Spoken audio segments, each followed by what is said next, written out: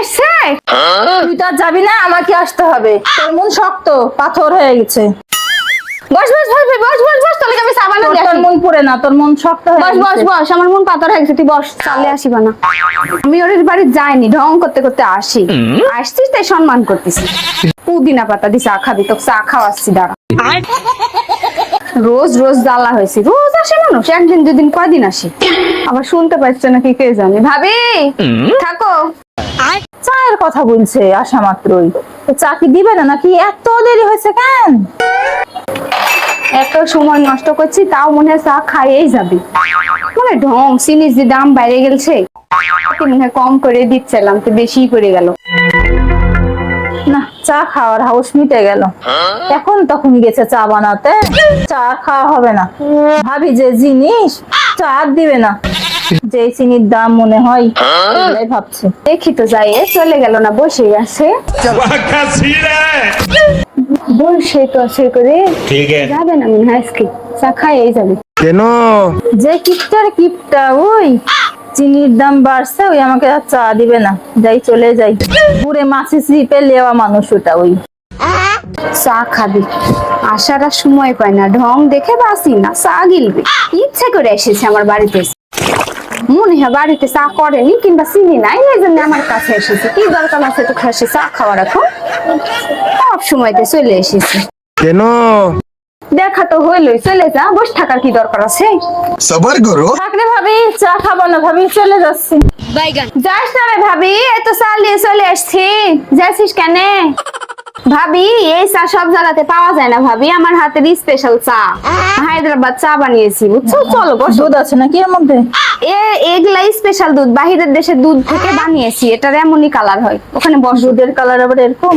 समझ गया। তুই আবার দিবে দুধ দিয়ে চা? চিনি দিয়ে চা দিতে চাই না, পাঞ্চা করবে না, আবার দুধ দিয়ে। জীবনে কি খাইছিস না খাইছিস? স্পেশাল চা তো তুই খাইস না। মন্দি কয় কি রে? গিলা লেগে বসে আছে, সে তো দুধ চা কেন দিয়া দিয়া দিবি। ভাবি চা কেমন লাগছে? চিনি কম খাওয়াই ভালো ভাবি, আমরা আসলে খাই তাই। ठीक है। চিনি কম দিব কেন? কি বলতে চাচ্ছেন আপনি? ভালো হয়েছে তাই বলছি, চিনি সেটাই কম তো, হলেও স্পেশাল ভালো। চা বানিয়েছি, ভালো তো হবেই। এটা দেশে চা বানিয়েছি, বাহিরের দেশের এটা কাওয়ার চা বানিয়েছি, কাওয়ার দুধ দিয়ে বানিয়েছি, তাও স্পেশাল। সো এখানে পাওয়া যায় নাকি এগুলা? এগুলা বাইরের দেশ থেকে আনতে হয়।